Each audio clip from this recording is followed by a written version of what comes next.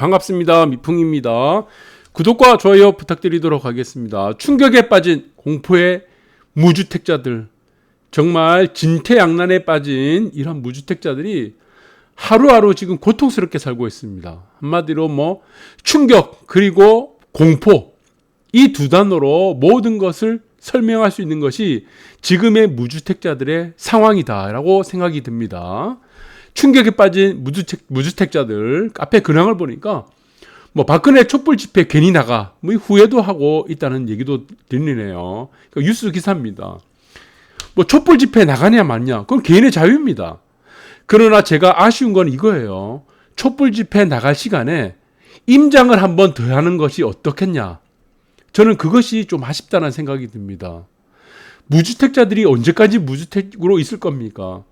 이런 정치 노름판에 끼어들어가지고 촛불 들고 이럴 시간에 차라리 임장을 한 번 더 가면서 아파트를 한 번 더 보든지 아니면 입지를 한 번 더 보든지 그런 노력을 나에게 실질적으로 혹은 내 가족들에게 실질적으로 도움되는 행동을 했었으면 더 좋지 않았냐. 저는 그렇게 생각됩니다. 그래서 이제 와서 보니까 다 충격에 빠지고 후회가 된다고 합니다. 그리고 마찬가지예요. 지금 현금 부자만 집 사라는 거냐. 대출 중단 여러분들 날벼락입니다. 날벼락 이거. 충격과 공포예요. 새 아파트 지금 계약하신 분들 마찬가지죠. 분양권 갖고 계신 분들 이제 입주를 하려니까 포기를 하는 사례들이 계속적으로 나타납니다. 그리고 계약금뿐만이 아니고 중도금 들어간 사람들 잔금 대출이 안 나오다 보니까 몇 억씩 지금 전문직들도 포함해서 몇 억씩 지금 돈을 다 날리고 있다고 하잖아요. 정말 슬픈 일이 아니할 수 없다. 밑에 보시면 총량 규제에 막힌 집단대출 입주자들이 전부 날벼락이 떨어졌는데 어떤 하는 아파트를 보니까 40%가 입주를 포기했다고 합니다. 계약금 다 날렸어요. 잔금까지 중도금까지. 실수요자 중도금 마련에 지금 비상이 또 걸리고 있는 거예요.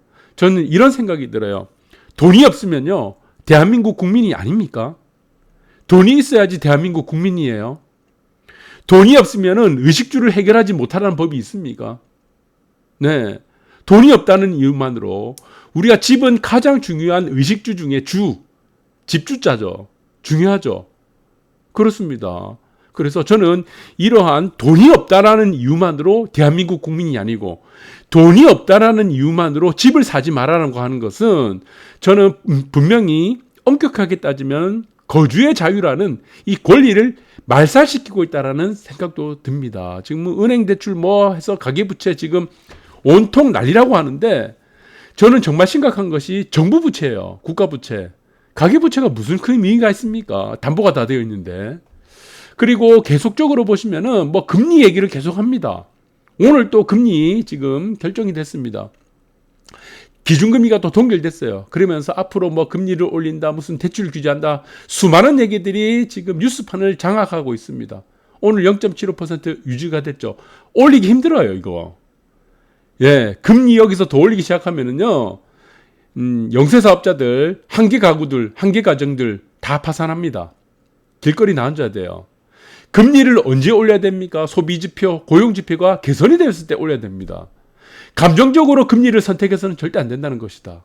그러면 우리는 금리에 대해서 한 가지 의문점을 가져야 될 것 같습니다. 이 금리 때문에 지금 실수요자들도 다 피해를 보고 있는 겁니다.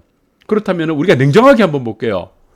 중국 전력난 때문에 홍수까지 덮쳐가지고 지금 국제 원자재 가격 엄청 오르고 있습니다. 여러분 잘 아실 거예요.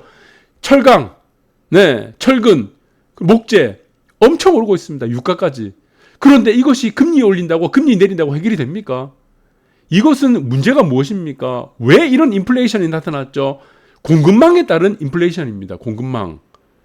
그래서 이거는 수요 진작이라든가 지금 수요 확대에 의해서 인플레이션이 나타나는 것이 아니고 공급망에 의한 인플레이션이기 때문에 이것은 금리하고 상관이 없어요.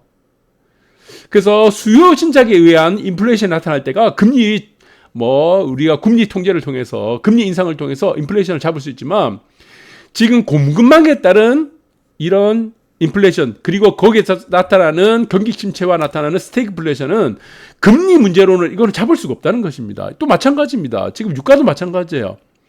WTI 지금 서부 텍사스 뭡니까? 중진류죠. 지금 생각이 잘 안 나네요. WTI. 예, 서부 텍사스산 중진류인데 7년 만에 $80를 돌파를 했습니다. 브렌트유는 3년 만에 또 최고치를 돌파했고요. 근데 이거 이유를 잘 알아셔야 됩니다. 이거 다 공급망에 따른 지금 인플레이션입니다. 그래서 이 문제는 금리와 상관이 없다는 겁니다. 이게 지금 전 세계 최초로 제가 얘기 드리는 겁니다. 그래서 금리를 올린다고 하면은 어떤 이유가 발생한다 그러면은 주가만 떨어지는 겁니다. 경기만 더 침체되고 그러면 더욱더 유동성 함정에 빠지게 되는 거죠. 마찬가지로 유동성 함정에 계속 빠지는 거예요. 이렇게 경기에 이렇게 턴을 해야 되잖아요. U자를 갖다가 또 턴할 수도 있고 그럼 여기 어떻습니까? 유동성 함정에 빠지는 거죠.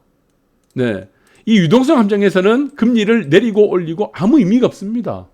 유동성은 아무리 공급해도 의미가 없어요. 경기가 회복되지 않는 겁니다.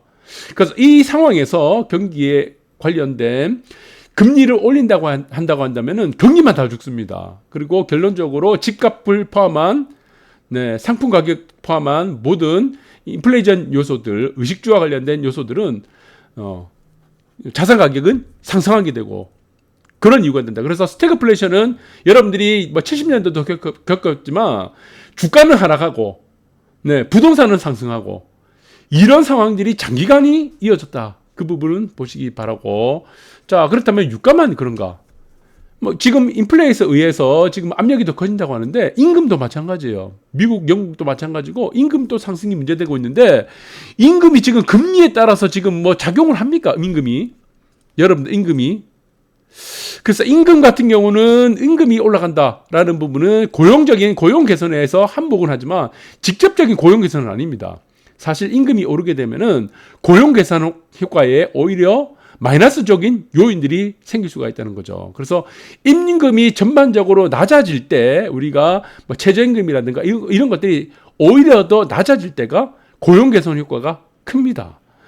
그래서 보시면 되고, 그래서 저는 임금이라든가의 문제 아니면은 지금 마찬가지고 유가라는 문제 아니면은 원자재 이런 문제들은 지금 나타나는 문제는 금리와 연관이 없다는 겁니다. 금리와. 그래서 금리를 올려봐야 아무 의미가 없다는 거죠. 회복하는데 경기가 회복하는데 오히려 더 악순환을 가져다 줄 수 있다. 이렇게 보시면 될 것 같습니다. 그래서 지금 뭐 삼성전자 문제도 마찬가지입니다. 삼성전자도. 지금 삼성전자 보시면 아시겠지만 제가 1월 11일 날 1월 8일, 9일, 10일, 3일 동안 삼성전자에 대해서 9만 원 이상에서는 무조건 다 팔아라 했죠. 이게 최고가다. 올해 최고가라고 했습니다. 그래서 저는 삼성전자가 어디까지 떨어진다고 했습니까? 6만 원대까지 떨어진다고 했죠. 오늘 다 실현이 됐습니다. 그러니까 제가 말하면은 다 지금 안 믿어요. 이 말이 되냐 이런 얘기를 하시는데 항상 어떻게 된다고 했습니까? 제 얘기는 며칠 후 아니면 몇 달 후 아니면 1년 후에 반드시 신문기사 분명히 나온다고 그랬죠. 제가 항상 여러분한테 하는 얘기 그겁니다. 정답지 드린다고 하는 얘기 항상 그거예요. 신문기사 보면 확인이 될 거라고 했습니다. 제가 6만 원대가로 무조건 반드시 간다고 그랬다. 그래서 그때 했던 얘기가 무엇입니까? 삼성전자 최고치 치기 전날을 말씀드렸습니다. 증권계좌 다 폐쇄해라라고 했습니다. 폐쇄. 여러분들 여기서 돈을 버는 방법은 절대 없다. 시장이 받쳐주지 않기 때문에. 그리고 반도체 슈퍼사이클 절대 안 난다고 했죠. 전 세계 최초로 대한민국 최초로 단 한 명만이 슈퍼사이클 없다고 했습니다. 저 혼자 그런 얘기했습니다. 뭐 3%니 무슨 뭐 연불리니 이런 사람들이 슈퍼사이클 하면서 삼성전자 무슨 어마어마하게 광고를 했습니다. 이 사람들 정말 책임을 지고 있습니까? 그래서 이런 부분들을 여러분들이 누구의 말을 들어야 되는 것인지 어떤 비유와 어떤 인사이트를 가진 사람의 말을 들어야 하는지는 여러분들이 계속적으로 확인이 가능하다. 이렇게 보시면 되고 7만전자 깨졌습니다. 제 말이 실현이 되었죠. 그리고 삼성전자 3분기 매출 73조 사상 최대인데 영업이 또 역대 2위예요. 근데 왜 떨어집니까? 이게 가장 중요합니다, 여러분들. 제가 목이 좀 쉬어가지고 회의를 좀 하다 보니까 실적이 좋아. 실적도 좋고 막 이게 떨어질 이유가 없어. 호재들이 막 나오는 거예요. 그런데 주가는 오히려 떨어지고 있다. 이게 굉장히 안 좋은 겁니다. 여기서는 두 가지를 우리가 생각하셔야 돼요. 우리가 올라가는 주식이 있어요. 이렇게 올라가는 왼쪽에 보시면 올라가는 이렇게 막 주식 있죠. 근데 이 주식이 이유가 없어. 왜 올라가는지를 알 수가 없는 거야. 이유도 없고 실적도 안 좋아. 보니까 실적 발표는 실적이 안 좋아. 이 주식이 가장 좋은 겁니다. 이유 없이 올라가는 주식이 있어요. 아무런 호재도 없는 거야. 실적도 그렇게 뭐 그다지 뭐 개선되는 것도 없는데 근데 막 이유 없이 올라가. 이거는 굉장히 강한 주식입니다. 이게. 주식뿐만 아니고 이거는 굉장히 강한 부동산, 이런 부동산도 있어요. 이런 아파트. 아니 악재밖에 없는데 호재는 하나도 없어. 무슨 재건축이 안 된다고 하고 무슨 호재는 하나도 없어. 그런데 이유 없이 계속 올라가는 거야. 신고가 계속 치고 있어. 이 아파트는 굉장히 강한 거죠. 굉장히 좋은 입지라는 겁니다.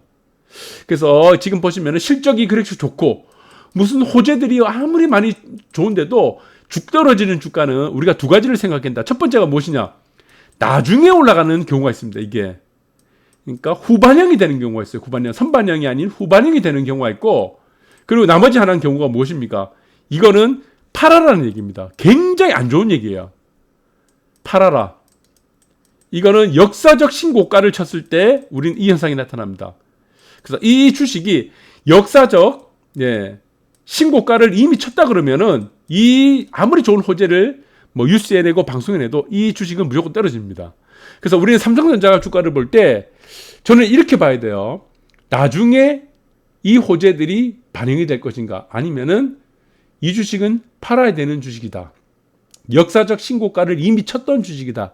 라는 부분들에 대해서 생각을 해야 되는데 이 부분에 대해서는 정답지 안 드리겠습니다.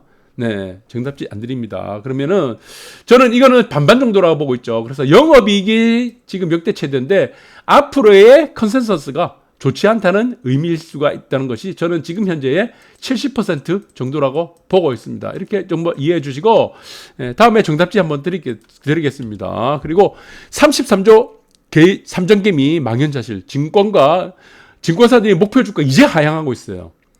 저는 삼성전자 최고 지칠 전날에 이거를 목표 주가 6만 원대로 하향을 시킨 사람입니다. 네.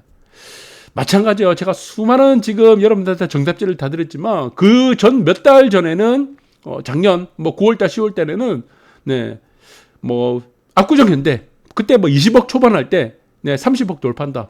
네, 다 지금 정답지 다 드렸고, 그래서 서울의 최고가 아파트 될 것이다. 뭐 하도 많아가지고 저도 뭐 기억이 안 나, 여러분들. 그래서 메모리 우려, 당분간 하락 불가피 이 얘기 나오죠. 근데 최고가를 지금 보시면은 실적은 이미 최고가를 쳤는데 실적이 가장 좋은데 앞으로의 실적 우려가 있다는 부분들이 지금 반영이 되고 있다. 네, 그렇게 보시면 또 될 것 같아요. 그래서 많은 개미들이 지금 33조 원이나 샀어요. 이 삼성전자에 목매다는 개미들이 보시면은 집을 사지 못하는 사람들이 여기서 오히려 더 지금 뭐 상대적 박탈감, 우리 집을 사지 못했으니까 주식으로 어떤 뭐 큰 수익을 나보자고 하는 사람들이 아마 대부분일 겁니다. 무주택자들, 정부에서 못 사게 하니까, 대출을 안 해주니까. 그렇죠. 그래서 저는 이거라고 봅니다. 양화에서 양화로 가야 되는데 양화에서 악화로 빠지는 겁니다. 차라리 아무것도 안 했으면 돈은 날지 않았을 겁니다. 그래서 저는 이 주거에 대한 우리가 지금 계속 말씀드리지만 지금 충격에 빠진 무주택자들, 그 무주택자들이 지금 공포에 빠져 있는 거죠. 저는 가장 큰 공포가 무엇이고 가장 큰 충격이 무엇이냐 하는 것은 거주에 대한 자유에 대한 권리를, 거주의 자유에 대한 권리를 돈이 없다는 이유만으로 대한민국 국민으로 보지 않는 것. 저는 그게 가장 큰 문제라고 봅니다. 그리고 돈이 없다라는 이유만으로 의식주를 해결하지 말라는 이러한 정부 차원에서의 컨센서스가 저는 조금 문제가 있지 않느냐, 그렇게 보고 있습니다. 정말 중요한 것은 가계부채가 아니고 정부 부채라는 것이죠. 오늘 방송 감사합니다.